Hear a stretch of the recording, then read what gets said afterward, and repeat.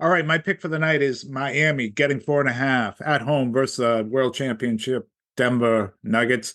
My thinking on this is Miami has not been playing well. They came off a really embarrassing loss to Washington. Had a couple of chances to win it at the end there, including a wide open three from Mr. Clutch, Jimmy Butler, that he bricked.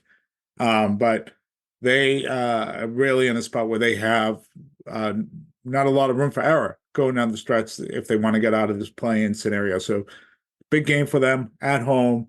Um, Always a home court advantage for Miami down there, especially with the West Coast team coming down and the time change and all those things. Denver's obviously been playing great since the All-Star break. But I think they're going to get Miami's best effort. I'm not sure who's going to win this game, but I think it's going to be like a one possession game. I really do. I think the final score is going to be around a one possession game here, and I'd like Miami to cover. So that's my pick. Getting 4.5 against the Nuggets at home.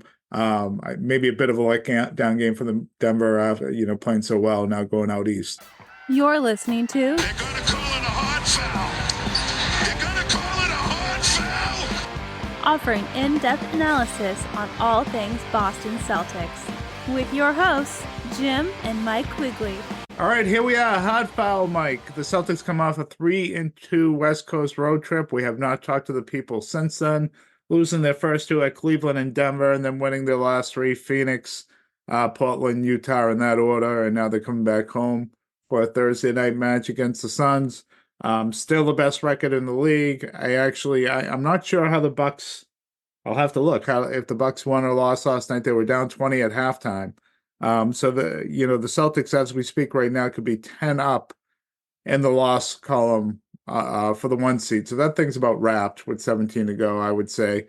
But Mike, your thoughts on this trip? You can take it wherever you want. You want to start at the end, you want to start at the beginning, but you go forward. Thanks, Jim, and welcome back. Really excited to be here to talk about this road trip, which I think showed us a little bit about this team, and not a ton, but I think the most important thing to take from the trip is that as good as the Celtics are, and they are very good, championship contender, obviously, they still have some work to do to catch Denver. I know I'm really strong in my beliefs that despite how good the West is, Denver's coming out of the West, and I feel like they're winning the NBA championship. The Celtics are going to have to figure out a way offensively to attack them better, I think. And that's something I noticed in this last game. Denver did a really good job for the majority of that game of turning Jayson Tatum into a jump shooter. And it really, to me, Kristaps Porzingis as well. And it was Jaylen Brown that was attacking the basket. And I felt like that's what kept Boston in the game. And I feel like Brown's teammates really let him down. I didn't love the execution on the offensive end. I didn't love the game plan. Maybe Tatum was a little, 2 games against Denver, really he was a jump shooter in both games. And I'm starting to wonder if it's the size of Denver that's bothering Tatum, but that's something to keep an eye on as we move forward here, because Tatum was also a bit of a jump shooter against Cleveland. And now those are 2 teams with size. We know that we're going to play against Milwaukee, and they have a lot of size. Tatum's better when he goes downhill. Tatum's better when he attacks the basket. We certainly saw that last night. I think we saw some of it against Portland. And against these bigger teams, I'm a little nervous about his mentality that he thinks he can beat them with the jump shot. It takes away a lot of his game.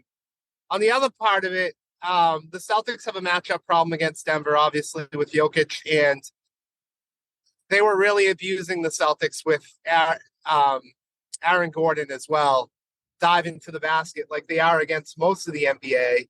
And then lastly, to a coaching point, I thought the double bigs against Denver with Jokic out of the game was a mistake. I'm going to let you talk more about that, though, Jim. The Cleveland loss, I look at it as the worst loss of the season, but also the fact that they got back in the game as proof that the Celtics are the best team in the East. The Celtics were a defensive rebound away from still winning that game, in my opinion. So it was a horrible loss. That guy Wade, good for him. Like the threes that he was hitting was wide open. The Celtics were really covering them, but unbelievable fourth quarter by Wade. I don't know if you saw the next game. I think he went 1 for 8 from 3 with like Of 2 course. points. Yeah. That's the way it works, right? But I mean, it's obviously a horrible loss. You can't give up a 21-point lead in the fourth quarter when you're as good as the Celtics. However, they did. I was impressed that they came back. When Porzingis made that fast break layup, I was certain they were going to win that game. I was pretty stunned that they didn't. And even though Denver outplayed the Celtics, and I really think they outplayed the Celtics despite a close score, the Celtics very much were in that game. Jayson Tatum hits that wide open 3, which I couldn't believe he missed. That's a different story too. So even these losses, the Celtics showed how good they are because they're right in it. But there is some concerns with their fourth quarter play against these good teams. You got to nitpick this team, right?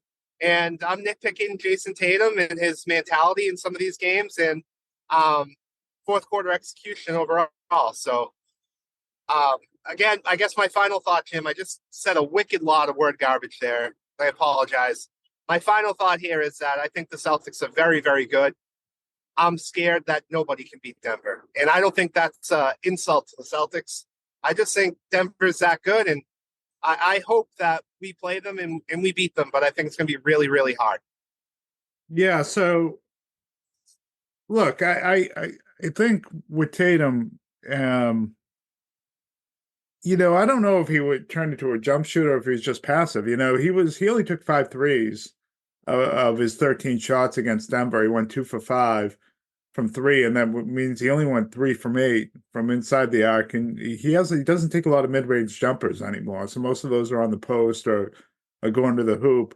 And it was kind of similar numbers: 5 and 9 from 3 from Cleveland, and then 8 for on an 8 for 21 night. So that means he went what? 3 for 12, from inside the 3-point arc.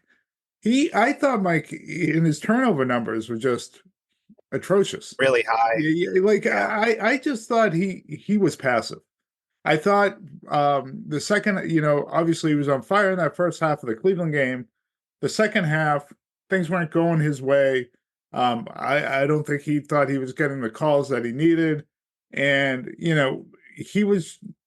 I didn't feel like he was going to the basket to score. He was going to the basket to get contact at times. Towards the end of the game when the Cleveland was going nuts and the Celtics were trying to, stay in it the best they can. He missed about a 4-footer, front rimmed it, when he was driving to the rim. That would have been a big shot for them at the time.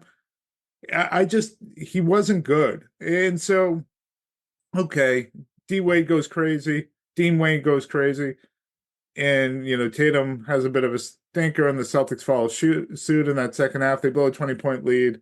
It had all the elements of it happening. One team having to go crazy, and you playing really, really poorly.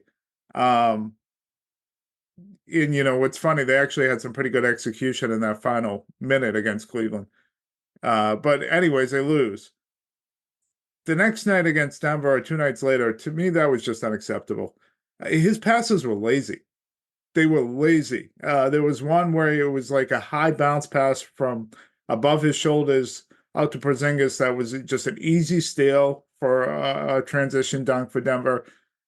Just even to start the game, Porzingis has KCP on the post, and he just kind of slap asses the ball into Porzingis on a bounce pass, doesn't step into it. KCP knocks it away. He got called for a foul, which probably wasn't a foul. So the Celtics got bailed out there. And, I remember watching it. Scal mentioned it on the on the game. You got to be better. You got to be more forceful with your passes there. And I thought, okay, that won't happen again. The problem is it happened all night. It happened all night. One of the plays that really, I think, really hammered home the effort was the Celtics get on a break, a 2-on-1 break late in the game. And Tatum has the ball, and Holiday's running down the right side. And I think it's Jamal Murray's the defender. Tatum doesn't make Murray defend him. He gives up the pass, maybe right around the 3-point line, a bounce past the Holiday that was a tough angle, tough to handle. I mean, it's Jamal Murray. You're Jayson Tatum. Attack the hoop there. Get him to commit to you, then drop down the pass, or just go right through him. And it was just a huge turnover at that point in the game, and I thought it was a passive play. I didn't think it was an aggressive play to attack the basket. And, it's tough to overcome that when you're going against a team like Denver. It's just, especially on the road. And the fact that they still almost did, you can take some solace, I guess. But I don't mind him playing poorly, Mike. And I texted you this. Like, he was on such a run. Like, if he went into Denver and he shoots 8 for 24 and he has a few turnovers go off his knee while he's going to the basket, I almost can live with that. It sucks. The timing of it was suck, and we'd have to talk about it. But if he was being aggressive and it just wasn't happening, what are you going to do? It's those things happen. You move on. I thought he made his mistakes being passive. And of course, that's easy for me to say sitting, on my couch watching it, but that's what it appeared to me. And I think that's what the big problem was. And if you really look at these two Denver games now, I mean, he had a chance in both games to put them up late with shots that he's fully capable of making. The corner three, it's no gimme. We treat it like a gimme, but it's a make-miss type shot. 50-50, I would say, that corner three, maybe even less than 50-50. One he should make as a superstar, but he missed it. And the game at home, he had a layup, point blank, with under a minute to go that would have put them up. And he missed it. He just missed it. He went through 3 guys. He did everything right. But the difference, I think, in the Boston game and in this game, you can say he missed it being aggressive. He tried to make a play as the best player. And this one, I didn't see that happening. Even his transition where he missed the 3, I thought he threw a bad pass to Jaylen Brown. I thought, again, he didn't make the defenders commit to him. So you can get a transition hoop as a player of his quality. So I look at that as the major reason they lost. Your best player having 6 turnovers, most of them caused by him, but just not being aggressive. And, everything you said is correct about Denver, about them being that good. And I think right now, I don't know how you don't look at them as a favorite, but I don't think it's a huge gap. Like, it's, sports are funny where we always say, oh, this team can never beat this team. This team doesn't have the moxie to win it all or whatever. And then it happens, right? And then the Colts beat the Patriots, or the Bulls get by the Pistons.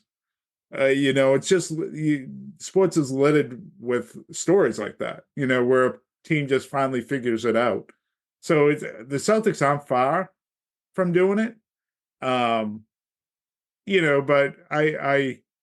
there are some concerns, and I think the Tatum stuff, we've seen it in big games before where he's performed like this, and that's the most troubling thing. And the other thing that was troubling for me in that game, Mike, and again, this is nitpicking, but I just thought Joe Mazzulla let his team down. One of the things you cannot afford to do against Denver is lose the non-Jokic minutes.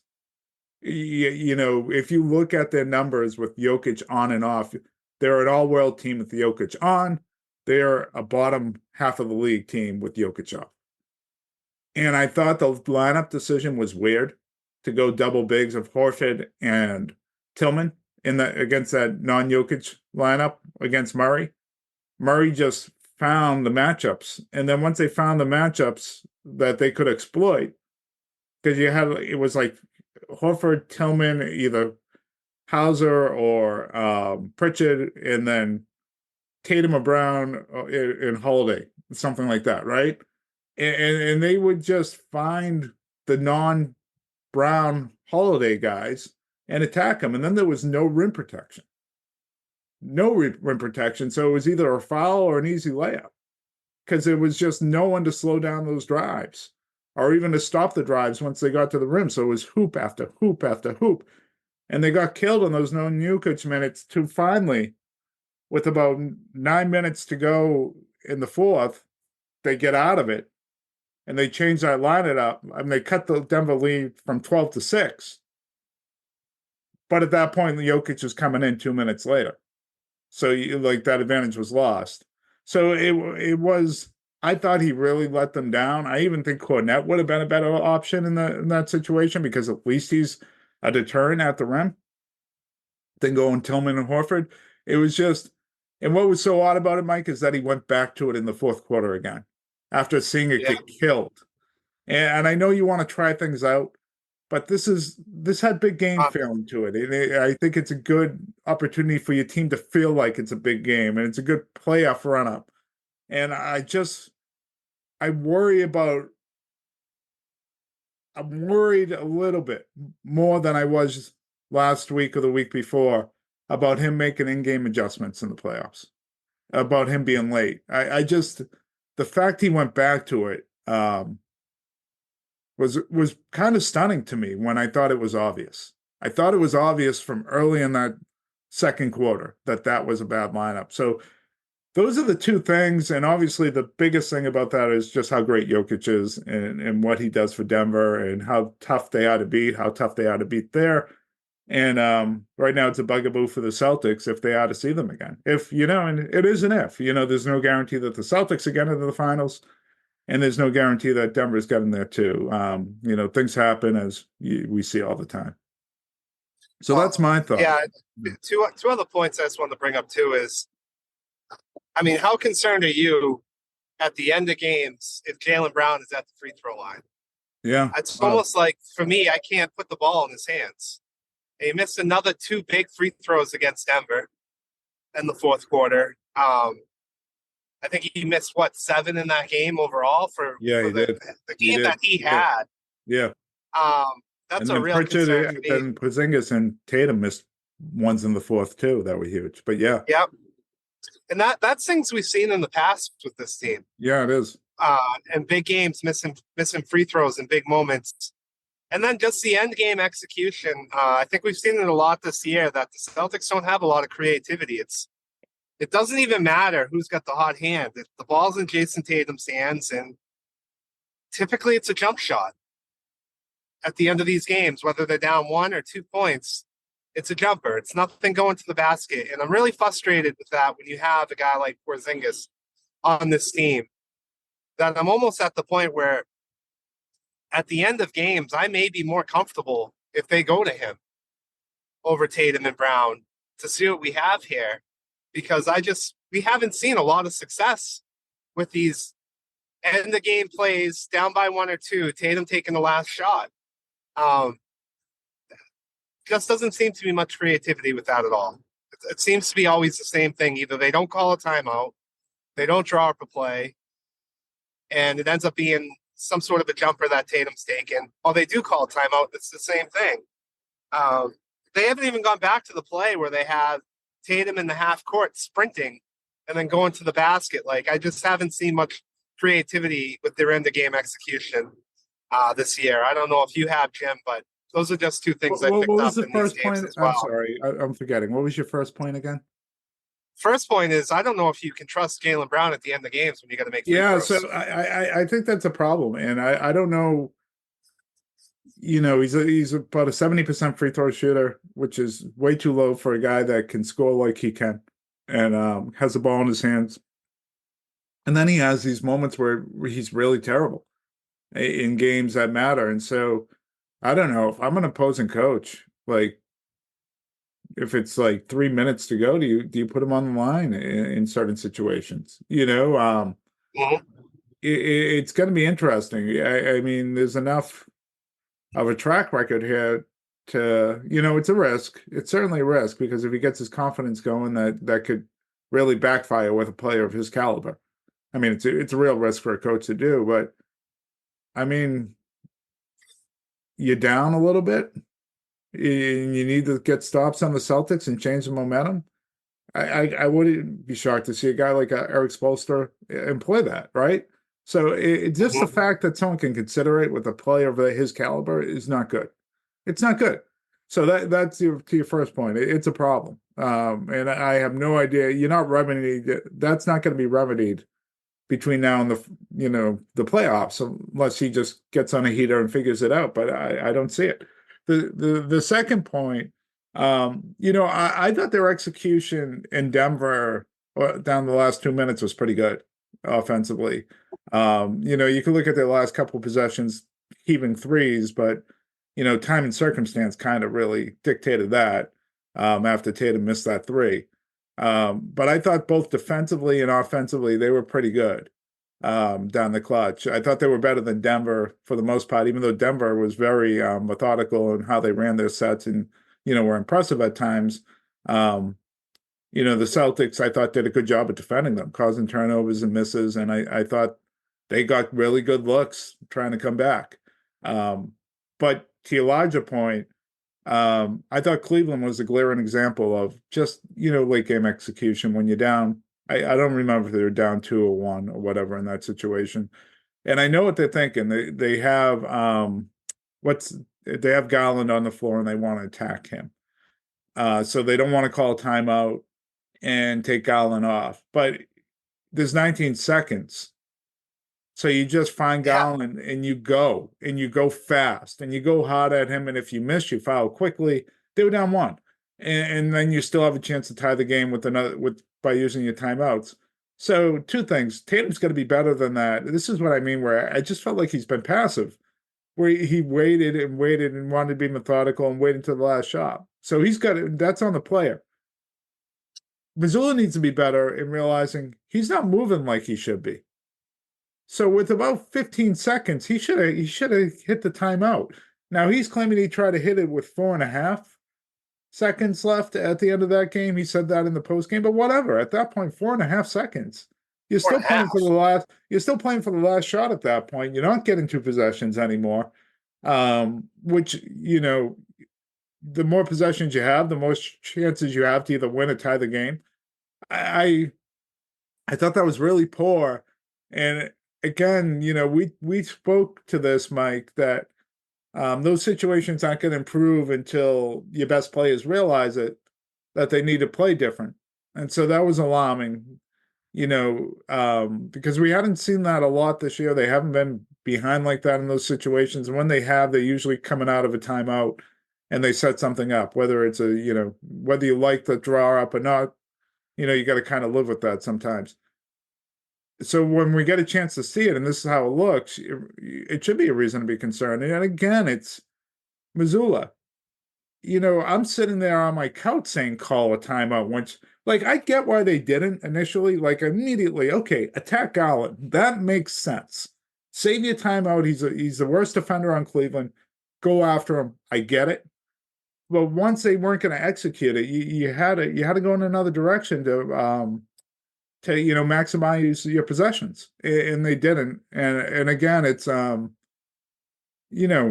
think we're talking about similar stuff, even though it's a different topic that we were just talking about in the Denver game. So it's those are concerns. They're and they're not concerns you can just push to the side. And unfortunately, the types that you don't get answers to unless they're in that situation. So you don't know. You're not going to know, again, maybe not until the playoffs, right? Right.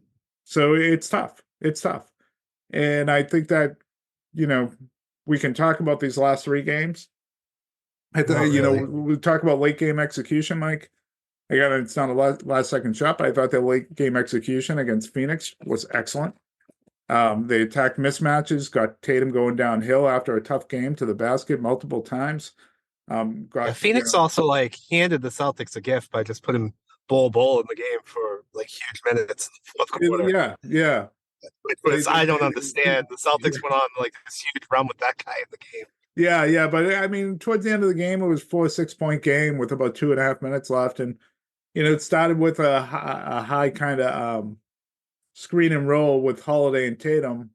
And, defense comes down to help off Holiday. Horford has a wide open corner 3. And then I felt like every offensive possession after that was just executed perfectly. by the Celtics. So that was encouraging. I know it doesn't get talked about as much when they actually do it, but I thought they were really great in those last 2 minutes against Phoenix, and overall, what was a pretty uneven game for them. Um, and then I don't know. I don't know what you take away from these last two games against Portland and Utah. I felt like the Celtics just kind of showed up, even not at full strength, and knew they were going to win, and that's exactly what happened. Neither one of those teams There's won. nothing to break down those games. I mean, this next Phoenix game is going to be more telling. I'm sure Devin Booker is going to be out there, so that certainly adds another element to it. Are you concerned at all with Porzingis and this hamstring? No, I don't think so. Take as long as you want with it. If it's tight at all, then don't play him right now. I think it was the playoffs. He'd probably be out there. I don't I don't expect to see the Celtics at full strength much the rest of the way. This thing There's is no need for it. no, and even against Phoenix, I'd be kind of surprised coming off a long road trip if they're at full strength, even if Phoenix is.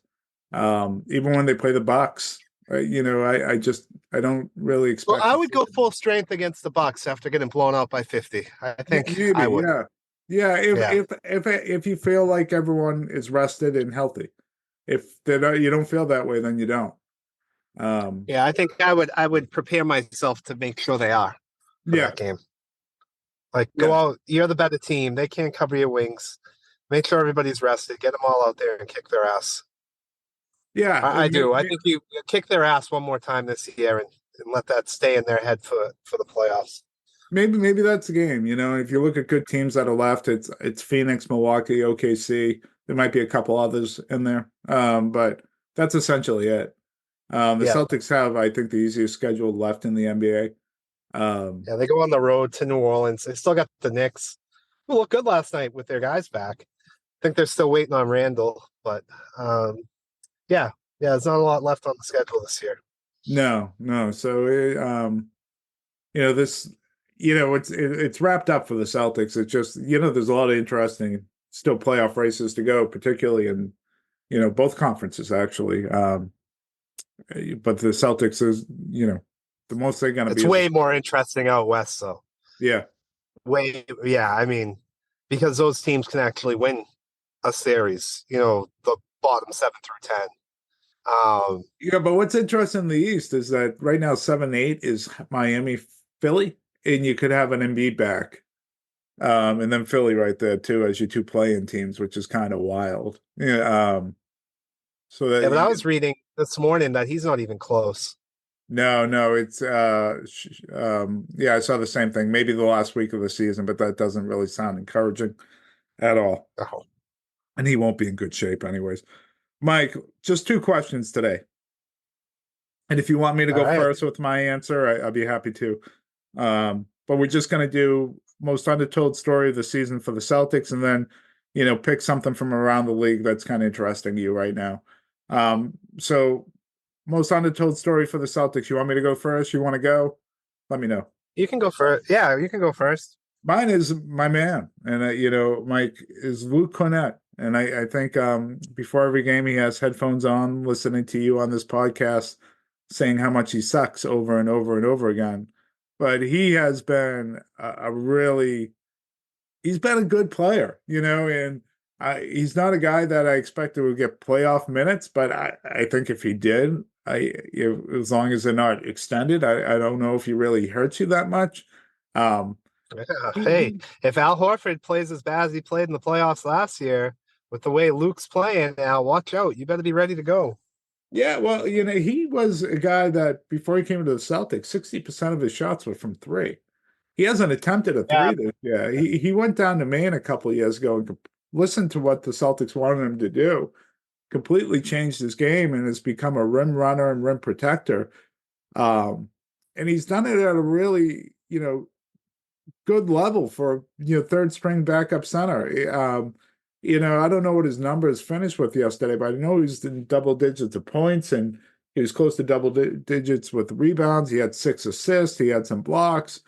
His rim protection is good enough where it allows guys like Derek White to recover and get back in on the play, or Drew Holiday to recover and get back in on plays, and what helps Cornette too, especially defensively, is that the Celtics guards, Holiday, White, and Pritchard have just been so great at navigating screens that he can just stay in drop coverage. The Celtics are way better at navigating screens this season than they were last year with their guard play. They do. It doesn't mean really good guards in the playoffs aren't going to get you anyways, but they've done a really good job of recovering and getting back out on their men and fighting through these screens all season long. And it's helped a guy like Luke Cornette be very effective. Not to mention, he just seems like the ultimate teammate. He's funny as hell. And I just, this isn't the difference maker. I don't want anyone to take this the wrong way, but he's been an enjoyable piece to this team. When you're at the point of the season where there's not much left to analyze, this is just my Luke Cornette appreciation, kind of rant. Mike, what's your undertold story? And I feel like Luke has earned himself. I think this is the last year of his deal, right? So he might be looking at a payday around the league as a backup center. Yeah. Yeah. So this might be his last year as a Celtic. I hope not. I love him on the team. I think it's a good point. I think the most overblown story is the Celtics bench and how bad they are. You usually hear it on like ESPN or TNT. It's going to be like their Achilles heel.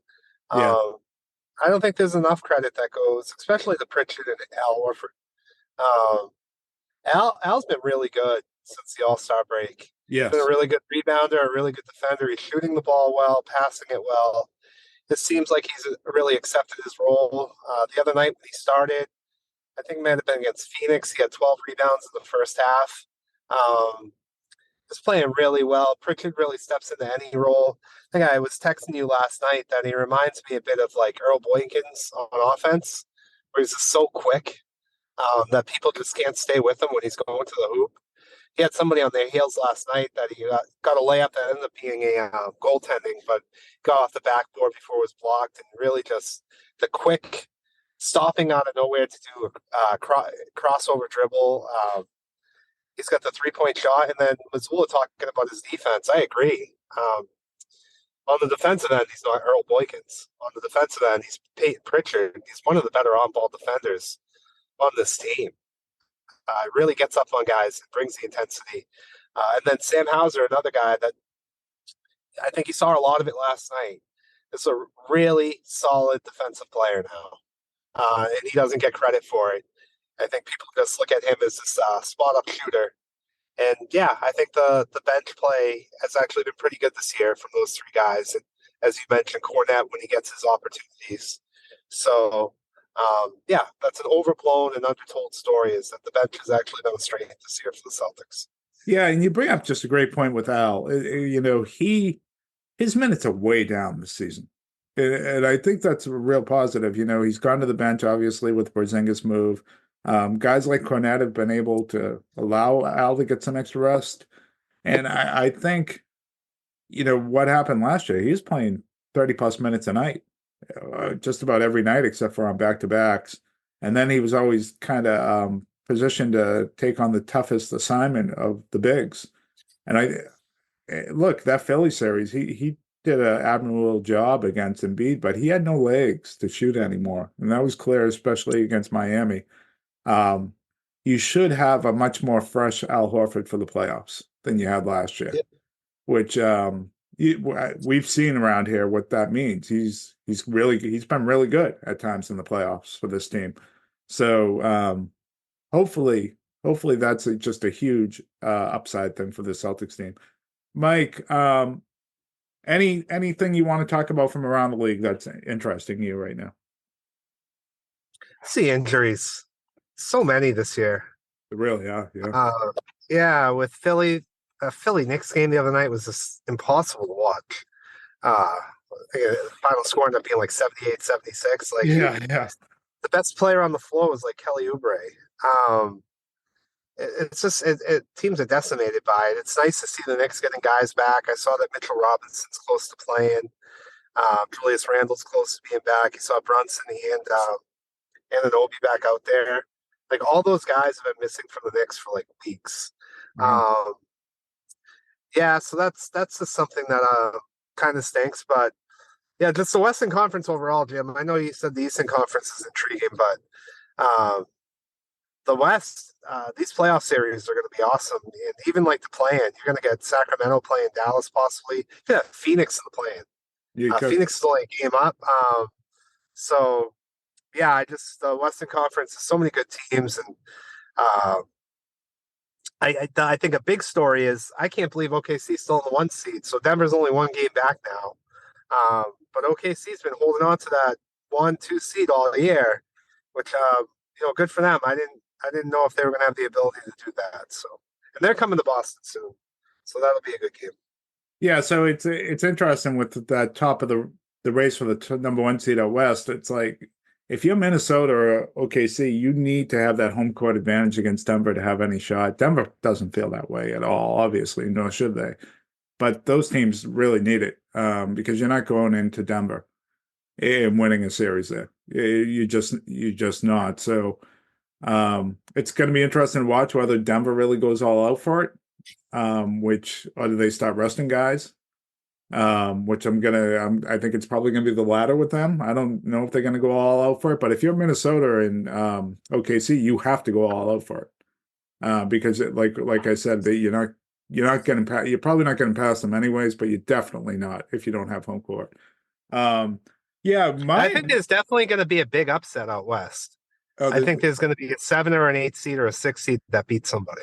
it could, yeah, absolutely. I mean, and it happened last year with the Lakers, getting all the way to the West Conference Finals. So you're seeing these play-in teams have success. So last season, anyways, not before that, but last season, play-in teams had a lot of success. And the play-in is an interesting storyline out east. I think you have 4 teams: Orlando, Indiana, the Knicks, and not the Knicks. Orlando, the Knicks are right in that hodgepodge too, but I think they're going to pull away.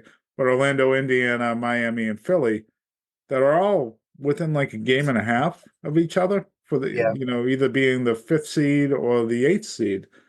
And right now as it stands, Miami's playing really bad basketball again all of a sudden. I lost to the Wizards, an inexcusable loss at full strength to the Wizards the other night. Philly, obviously, they're in a real tough spot being without Embiid for an extended amount of time, and you're seeing just the wear and tear that's happening on that team. But, I don't think Embiid's coming back, but there is a possibility that your 7, 8 seeds out east are going to be a Philly team with Embiid and a Miami team that went to the NBA Finals last year. And, that obviously creates an interesting first-round matchup for the Celtics. What that could look like. And, a large part of me, I wouldn't mind seeing Miami early in this thing. Like, you're doing this again? You're doing this for the 3rd straight year? No, I want to see them go. Oh my God, Jimmy, we do this every year. I want to see them go through the best teams, and if they can't do it, then they can't do it. But I just want to put storylines to bed. This team is too goddamn good not to get it done.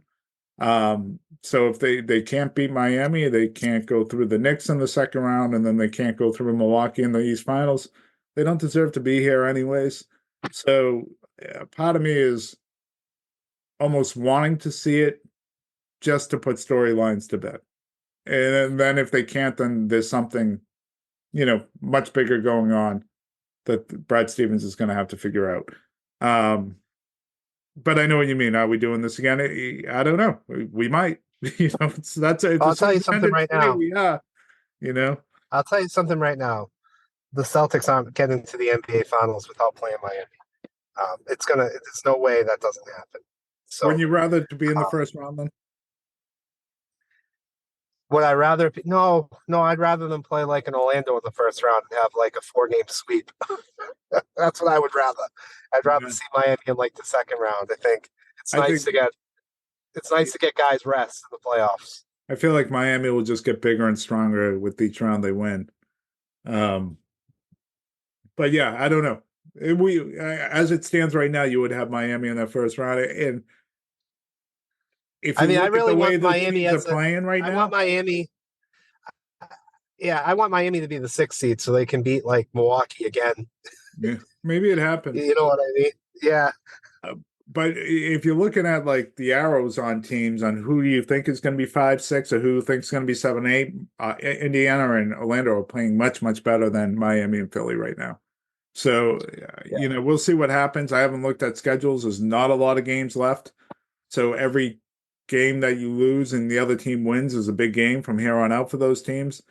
And, it's a risk. Look, it's a huge risk for Philly and Miami to be in that spot. They got to play each other. The loser will then, it's a 1-game playoff against whoever it is, Atlanta and Chicago, and you probably feel confident that you'll definitely beat them. But in one game, anything wild can happen. So, that's an interesting storyline. But that's it for me, Mike. Unless you have anything else you want to close with. No, big game Thursday. Well, not a big game, but a good game Thursday night. And everybody enjoy the Celtics game. We'll check in with you guys next week.